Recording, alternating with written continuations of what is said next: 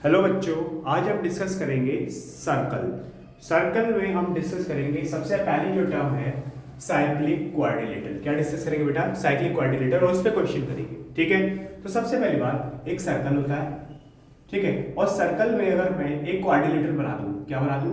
एक क्वाड्रिलेटरल बना दिया। मान लीजिए मैंने एक चतुर्भुज बना दिया, तो अब मैं इसको किस सिचुएशन में कहूंगा कि ये साइक्लिक क्वाड्रिलेटरल है? मान लो इसके पॉइंट्स यहाँ पर है, सारे जुड़े हुए हैं, ठीक है।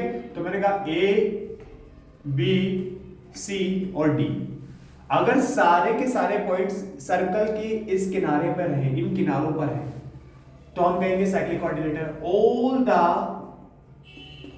पॉइंट्स या फिर एज कह सकते हो ऑफ क्वाड्रिलेटरल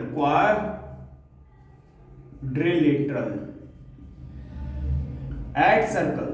किस पे बेटा? सर्कल पे है। किस पे है? सर्कल। देन हम कहेंगे क्या? ये साइक्लिक क्वाड्रिलेटर में सीडब्ल्यू से निकाल दिया।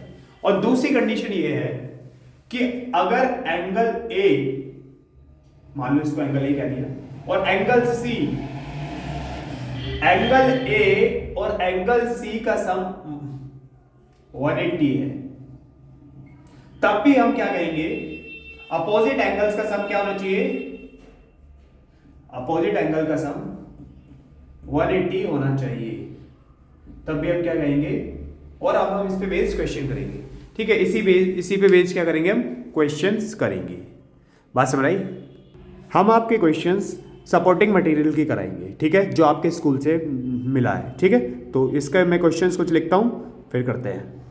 सबसे पहले बेटा हम डिस्कस करते हैं जो आपका पहले, वैसे तो हमारा पहला क्वेश्चन है, पर आपके सपोर्टिंग में 35 क्वेश्चन है ये, और इसमें कहा है एक्स निकालिए।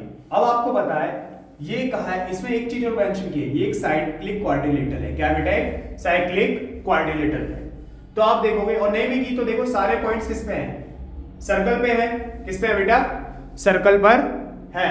तो आप देखोगे एंगल एक्स प्लस एंगल 40 जो बराबर होगा 180 होगा, क्योंकि हम जानते हैं अपोजिट्स एंगल का सम क्या होता है? Opposite angle of cyclic quadrilateral का वो 180 होता है।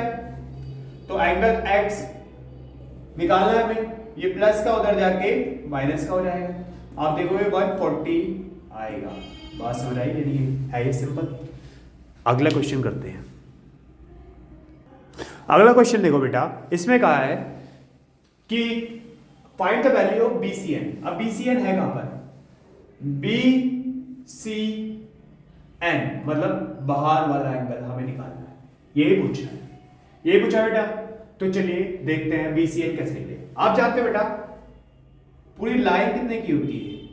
180 की होती है। अगर मैं इसको x मान लूं, क्या मानूं बेटा? x, तो angle 110 plus x equal to 180 लिख सकता हूं, प्लस उधर जाके माइनस हो जाएगा, और आप इसको कहोगे 70।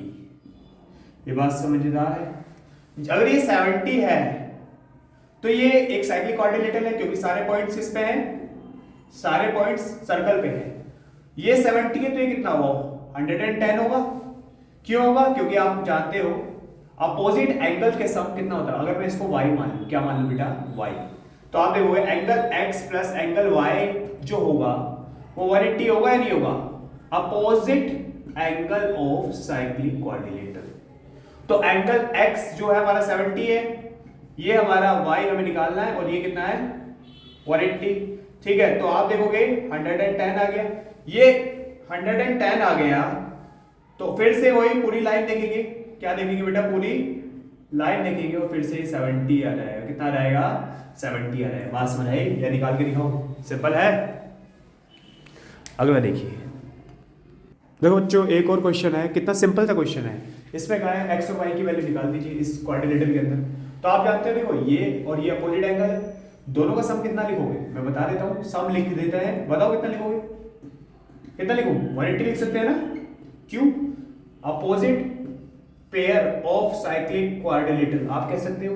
फिर x की वैल्यू यहां से निकाल लोगे, प्लस करोगे तो 5x आएगा 180, और x की वैल्यू निकालोगे तो क्या आएगा? x आएगा, डिवाइड कर दो 5 से, 5 1 5 5 6 15 5 6 30, तो x की वैल्यू है 36। ऐसे ही y की निकालोगे ना, निकाल